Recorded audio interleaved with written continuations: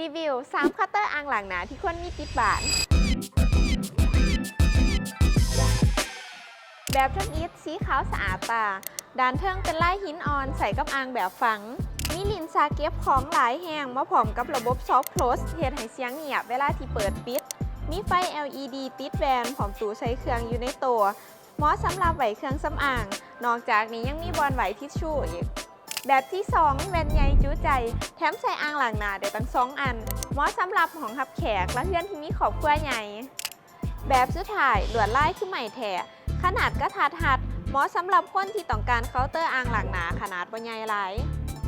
ซึ่งทั้ง3รุ่นมันจะมีไฟ LED อยู่ในโตหมดเลยผลิตจากไหมโพลีวูดแท้เฮ็ดให้กันหนำกันปวก 100%หากท่านใดสนใจสามารถติดต่อออนไลน์หรือเข้ามาเบิ่งสินค้าตัวจริงได้ที่สุวรรณีโฮมเซ็นเตอร์ทุกสาขา